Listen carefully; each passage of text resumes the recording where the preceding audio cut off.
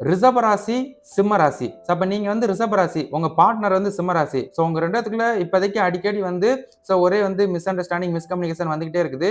இது இன்னமும் கன்டின்யூ ஆகுமா? இல்ல இது இதோட முடிஞ்சிருமா? எப்போ வரைக்கும் தான் இது அப்படின்ற ஒரு கேள்வி உங்களுக்கு வந்துருச்சு.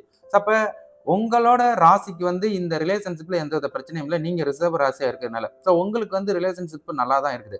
உங்க பார்ட்னர் சிம்ம ராசியா இருக்கனால உங்க பார்ட்னருக்கு வந்து இன்னைக்கு டேட்டுக்கு வந்து அவருக்கு ராகு கேது பயிற்சி ஓடிக்கிட்டு இருக்குது. அப்ப இது வரைக்கும் கடந்த 2.5 வருஷம் வந்து அவங்களுக்கு வந்து கண்டக சனி ஓடிக்கிட்டு இருந்ததுனால வந்து இது ரிலேஷன்ஷிப்ல ஒரு பிரச்சனை.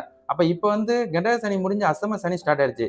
ஆனா ராசிக்கு இன்னமும் ராகு கேது பயிற்சி ஓடுறதுனால இந்த வருஷம் நவம்பர் 14ஆம் தேதி வரைக்கும் உங்களுக்கும் உங்களோட பார்ட்னருக்கு வந்து இந்த மாதிரி வந்து கருத்து வேறுபாடுகள் இருந்துகிட்டு தான் இருக்கும். இதை நீங்க பேலன்ஸ் பண்ணணும் இந்த ஒரு வருஷத்துக்கு. அடுத்த வருஷத்துல இருந்து இந்த மாதிரி வந்து ரிலேஷன்ஷிப்ல எந்த பிரச்சனையும் வராது அப்படின்றத நான் படுத்துறேன். அதுக்கு இந்த ஒரு வருஷத்தை வந்து நீங்க கடந்து வரணும். அது வரைக்கும் நீங்க பேலன்ஸ் பண்ணணும் உங்களோட பார்ட்னரை அப்படின்றத நான் ஞாபகப்படுத்துறேன். சரிங்களா?